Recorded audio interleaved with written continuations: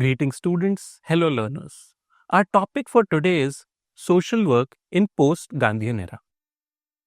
The learning objectives of this topic are learning about the development of Gandhian social work in post-Gandhian period, understanding the impact of Gandhian philosophy on statutory and voluntary sectors of social work in India, understanding the concept and the strategy of Bhudan and Gramdan movements, identifying the achievements and limitations of Bhudan and Gramdan movements, understanding Gramdan movement with respect to community organization as a method of social work. So, these will be our learning objectives for today. So, let's set the context and the introduction. When we talk about social work in post-Gandhian era, the first question which we have in mind: did Mahatma Gandhi's ideas and principles die with him on 30th January 1948? The answer to the above question is a big no. For example, great thinkers of those times, for example, Albert Einstein, the great scientist, said this about Gandhiji. He said, generations to come will scarcely believe that such a man as this, ever in flesh and blood, walked upon this earth. The first Prime Minister of India, Jawaharlal Nehru, said this at the martyrdom of Mahatma Gandhi. The light has gone out of our lives, but I am wrong, for the light that shone in this country was no ordinary light. And 1,000 years later, that light will be seen in the country and the world will see it, for the light represented the living truth. So this is about the great statesmen, thinkers of the time said about Gandhiji. So it is pretty much obvious that the ideas and philosophy of Mahatma Gandhi lived on, and they also have a great influence on professional social work practice. So, what is Mahatma Gandhi's relevance in contemporary world in today's time? Obviously, his ideas and practices are still alive both as a thought and philosophy. People are still searching solutions in Gandhi's philosophy and thought for contemporary problems. For example, organizations like United Nations are largely influenced and driven by the Gandhi's ideas of peace, non-violence, and living in harmony. Also, Satyagraha, implying adherence to truth, has been followed as a form of non-violent resistance to oppression and exploitation across the globe, and influenced the civil rights movement against racism in the United States of America. So through these examples, we can see that how Gandhi's ideas of non-violence, of peace, of living in harmony, of non-violence resistance has actually helped people throughout the globe and is still pretty much in existence. There have been numerous articles, research papers, films, debates, lectures, and plays on Mahatma Gandhi, analyzing, criticizing, or praising him, show that Gandhi thought is still there, and time has not been able to wipe out Gandhian principles from the memory of mankind. For example, let's see the role of Mahatma Gandhi's ideas on our constitution. For example, Article 17, abolition of untouchability, which is a fundamental right. The idea against untouchability was booted out by Mahatma Gandhi. He worked relentlessly and tirelessly for the Harijans. Also, the directive principles of state policy, Article 35 to Article 51, are also largely influenced by Mahatma Gandhi's principles and ideas. The constitutional provisions regarding equality, secularism, freedom of expression, weaker sections, cottage industries, village panchayat, and decentralization of power and wealth need special mention in this context. For example, the Panchayati Raj system, which is a bottom-to-up approach, is also an idea which was always mooted out by Mahatma Gandhi. Now, central government's initiative in launching All India Khadi and Village Industries Commissions is an example of statutory intention to support and develop Khadi and village industries throughout the country, largely influenced by Gandhi's action of promoting khadi as an act of self-reliance. Now, what is the role of Gandhian social work in voluntary sector? So there were some organizations which were set up and which were largely influenced by Gandhian thought. One is the Adim Jati Sevak Sangh for scheduled tribes. So working as a federation to which are affiliated all the Gandhi agencies in India working for the betterment of tribals. The Sangh provides guidance on policy matters and support, including financial support to all such agencies in the country. There is a network of countrywide ashram schools for tribal students. Also, Harijan Sevak Sangh for scheduled castes. The main activities conducted through its state units are organizing foot marches and to use other means to create public opinion against untouchability, of which I previously gave you the example that how abolition of untouchability has actually existed in the fundamental rights of India. Let's talk about Sevagram, a complex of Gandhian social work. Sevagram Ashram in Radha, Maharashtra, has become a complex of a variety of constructive activities conducted around promotion of Gandhian thought and philosophy. Let's talk about the Gandhi Memorial Trust and Gandhi Peace Foundation. Now, the Gandhi Memorial Trust promotes and supports research training and field work related to Gandhian social work. So there is a huge body of Gandhian social work which also includes movements like Bhudan and Gramdam, about which we'll talk in this presentation in a meanwhile. As the name is suggestive, the Gandhi Peace Foundation's focus is on Gandhian concept of peace, the related methodology and its applications ranging from local to global levels. Let's talk about the Kasturba Gandhi National Memorial Trust for Rural Women and Children. This trust, through its projects being run all over the country, is active in the fields of welfare of family, women and children, and also health and sanitation in the rural areas. It specifically conducts training programs for rural women. There are numerous other examples. For example, the All India Charkha Sangh for the promotion of khadi in India. The All India Gram Udyog Sangh for the promotion of village and small scale industries. The Sarv Seva Sangh. It was a body which would coordinate all other Gandhian organizations in the voluntary sector. Now, Sarvodaya through Bhudham and Gramdam. First of all, it is important to understand what is Sarvodaya. Sarvodaya is a word coined by Mahatma Gandhi, which literally means rise or welfare of all, which means progress of all. Much like what we call Sabka Saath Sabka Vikas in contemporary times. The word connotes the progress of all, much like, as I said earlier, Sabka Saath Sabka Vikas in contemporary times. After Gandhi's martyrdom, an All India Conference of Gandhian social workers was convened in March 1948 at Sevagram. It was resolved to form Sarvodaya Samaj, an association based on Gandhian ideology. Anybody above the age of 18 years could become the member of Sarvodaya Samaj. Acharya Vinoba Bhave was entrusted with the responsibility to work as its informal convener. Now learners, let's know a bit about Acharya Vinoba Bhave, who was Mahatma Gandhi's one of the primary disciples and one of the most trusted disciples. So Acharya Vinoba Bhave was born in a small town of Maharashtra in the year 1895. Passing his matriculation in 1913, he left his home in 1916 in search of God and ultimately reached Gandhiji's ashram. Under Gandhiji's guidance, he participated in freedom struggle and social work activities. His association with Mahatma Gandhi lasted for more than 30 years until Mahatma Gandhi's unfortunate assassination.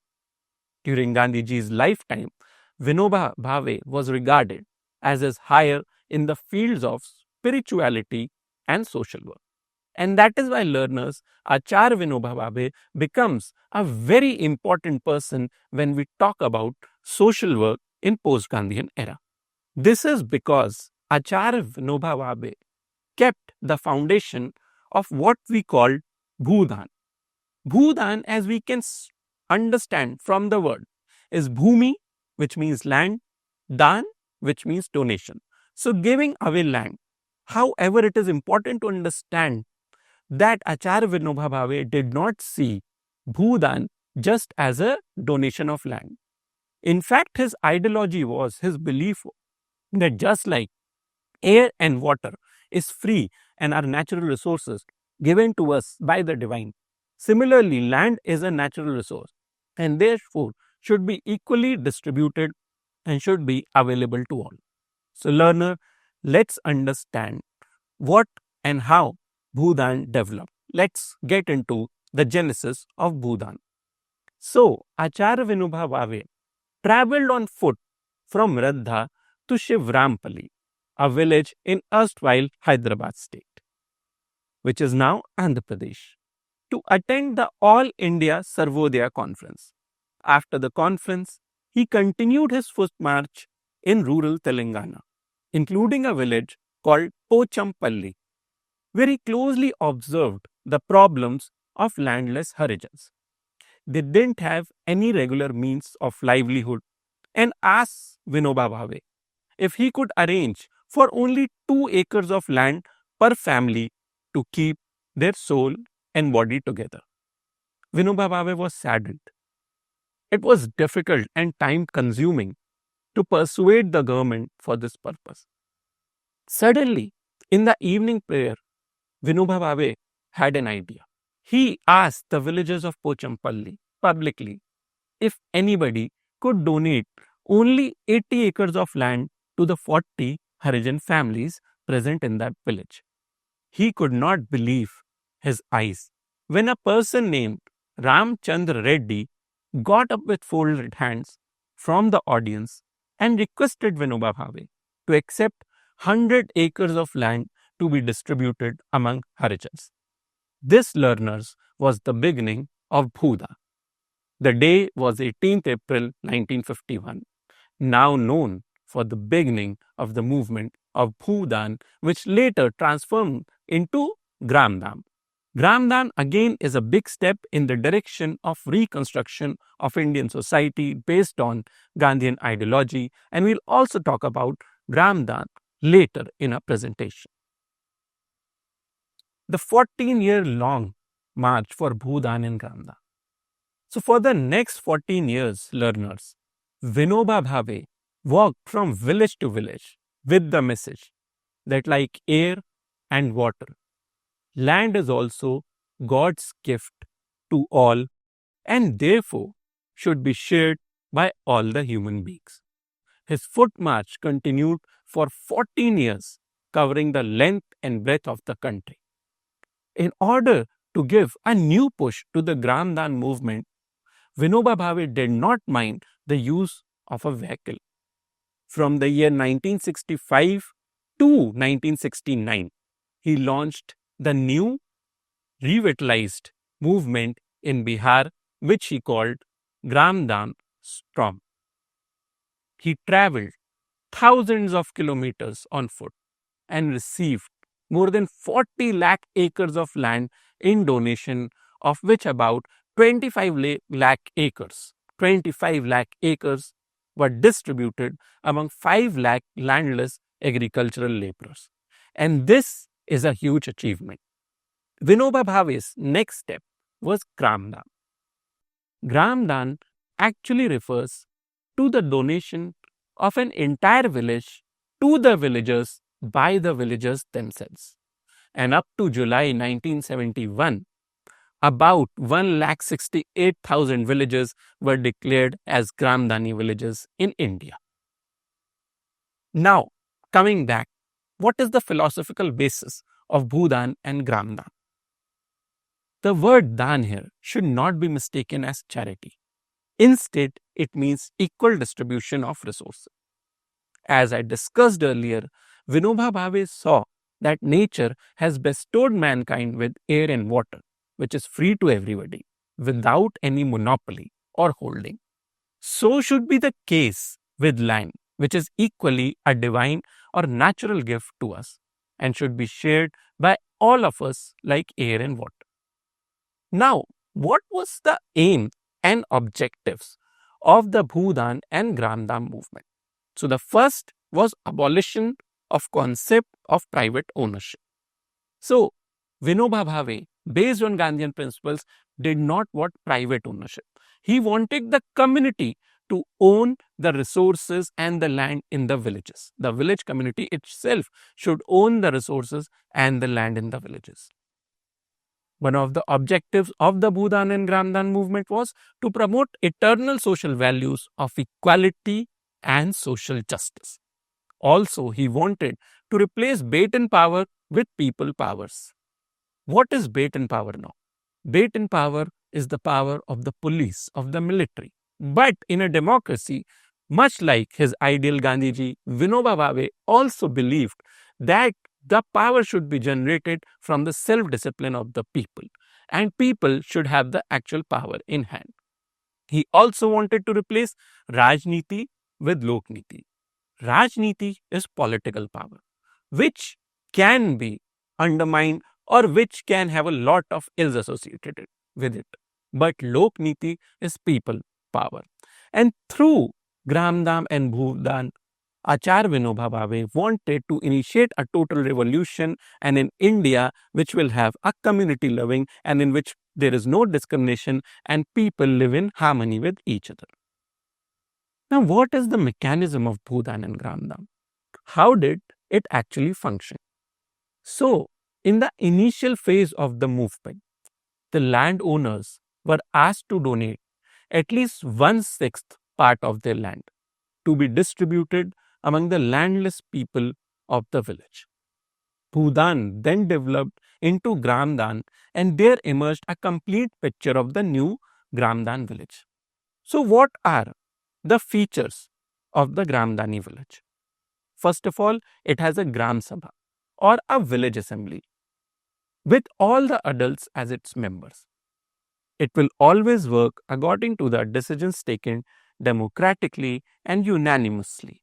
So, ownership rights of at least 50% of the total land in the village shall be transferred by the private landowners to the Gram Sabha.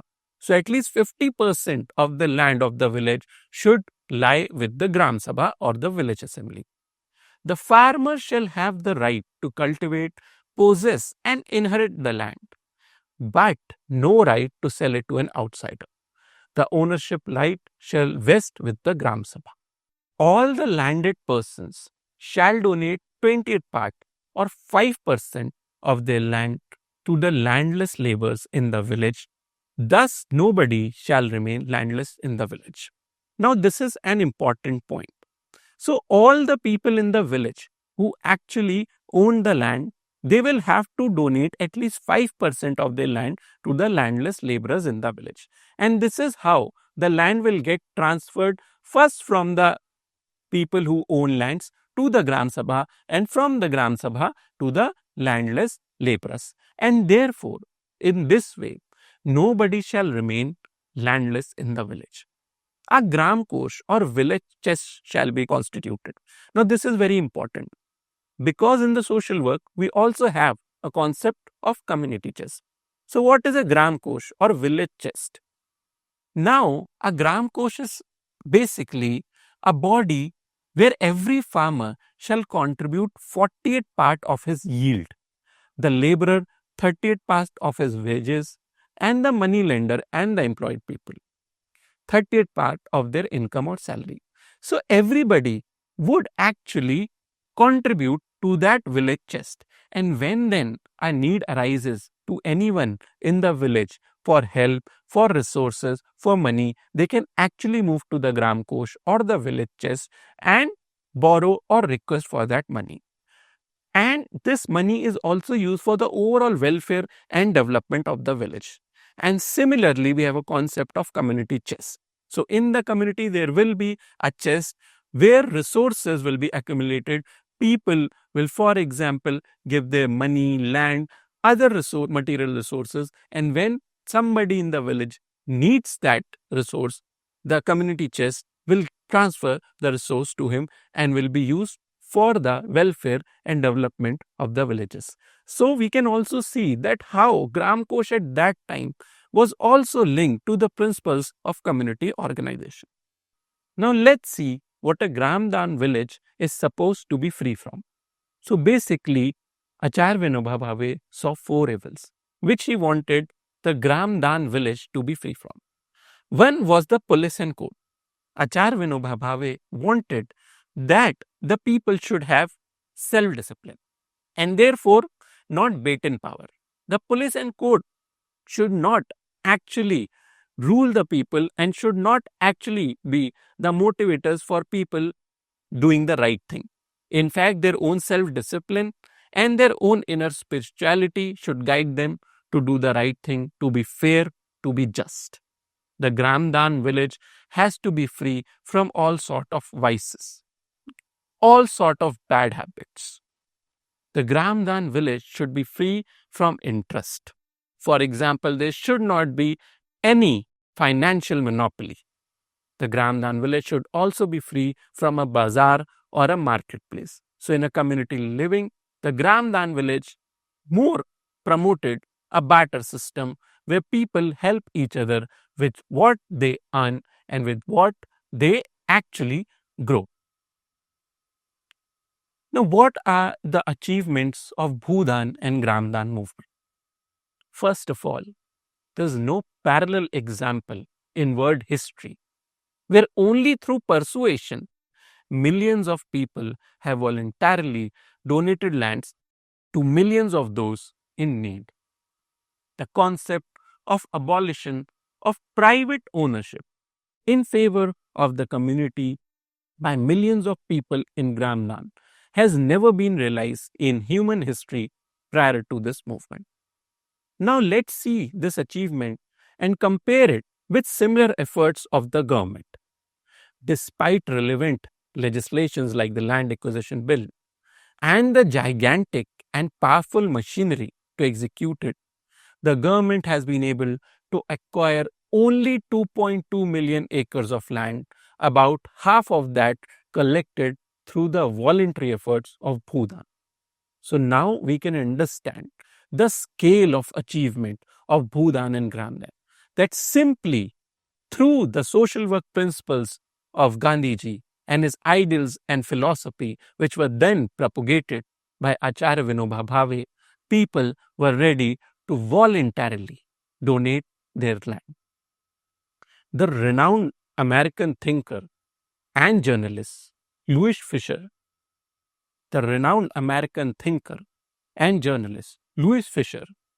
has described it as the most creative thought coming out of the East.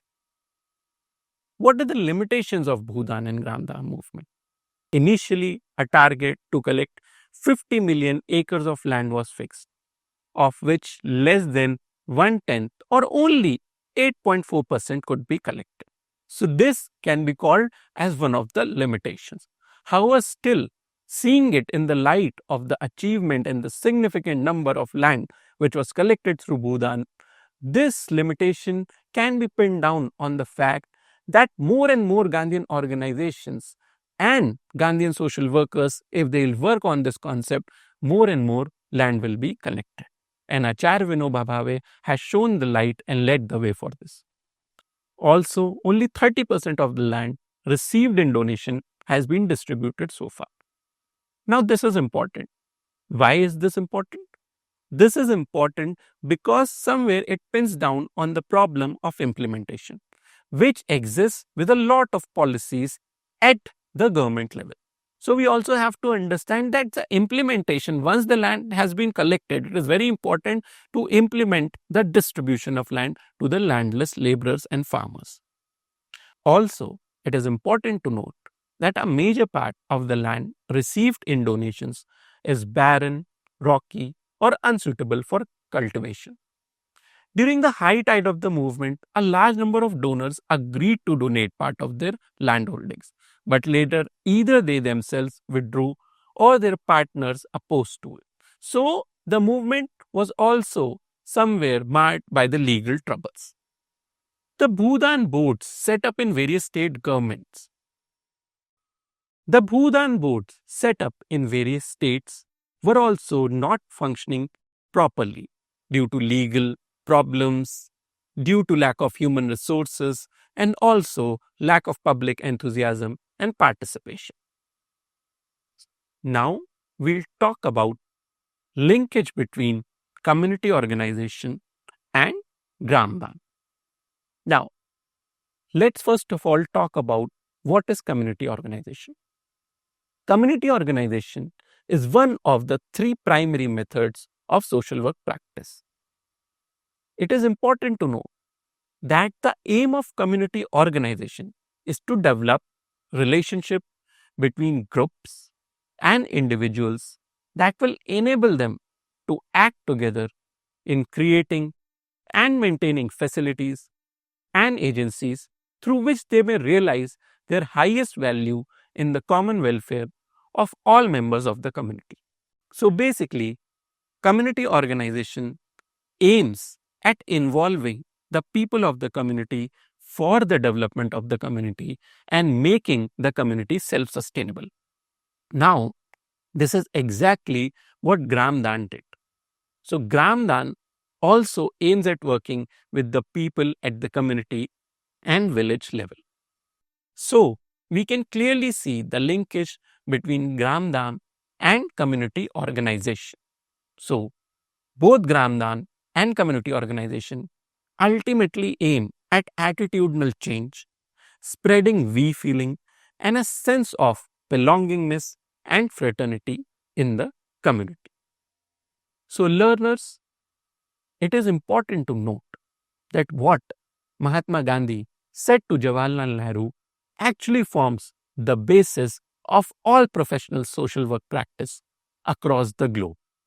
Whether we talk about achieving social justice, where we talk about non-discrimination, where we talk about promotion of human rights, everything was given in a mantra from Mahatma Gandhi to Jawaharlal Nehru. And I will read that mantra for you. Mahatma Gandhi said to Jawaharlal Nehru, and I quote, "I give you a mantra. Try it whenever in doubt or when your thoughts overwhelms you. Recollect the face of the poorest and the weakest person that you have ever seen. And ask yourself how far the step that you are thinking to undertake would help him. Will he get any benefit out of it? Will he able to have some control over his life and destiny? In other words, will it enable crores of people with empty stomachs and discontented souls to have Swaraj? Then you will see that your doubt is vanishing and ego melting.